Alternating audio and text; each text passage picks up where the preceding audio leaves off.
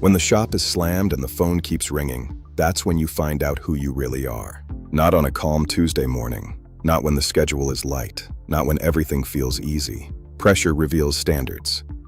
Do you guess to save time? Do you rush to get them off the line? Do you promise something just to survive the moment? Or do you hold the line? Because every shortcut taken on the phone becomes a problem later in the bay. Every rushed explanation becomes a confused customer. Every premature promise becomes technician pressure. Every vague repair order becomes diagnostic waste. Shortcuts feel efficient in the moment, but they are expensive downstream. Standards that collapse under pressure are not standards. They are suggestions. And customers can hear that. They hear it in your tone. They hear it in how fast you talk. They hear it in whether you lead the call or let it drift. They hear it in whether your answers feel structured or reactive. Pressure doesn't just test systems. It tests discipline. The phone is where discipline lives, not in training manuals, not in team meetings. In real time, under stress, when you're juggling multiple things, when someone is standing at the counter, when a technician is waiting on an answer, when another line is blinking. That's the moment. Do you protect the process, or do you bend it? Because it's in those moments that trust is reinforced. Customers don't consciously analyze your tone, but they feel it. They feel when the process is solid. They feel when answers are controlled. They feel when standards are holding, and they feel when you're improvising.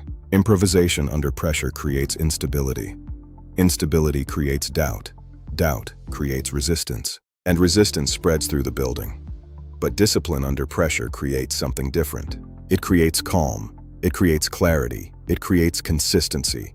When an advisor holds the line and says, "Our process is to inspect first so we can give you accurate options," even when the schedule is tight, even when the customer pushes, even when it would be easier to cut the corner.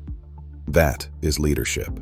Not because it sounds good, but because it protects everything downstream. It protects the technician. It protects the advisor from backtracking. It protects the customer from confusion. It protects the culture from chaos. Pressure does not create problems. It exposes weak systems.